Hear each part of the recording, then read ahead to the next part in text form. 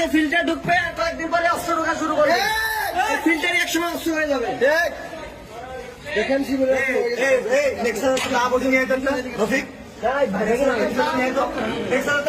কিছু নিয়ে শিবিরই অস্ত্র ঢুকাইছে সবার আগে সব ভাব চলে আলারা দাও দাও দাও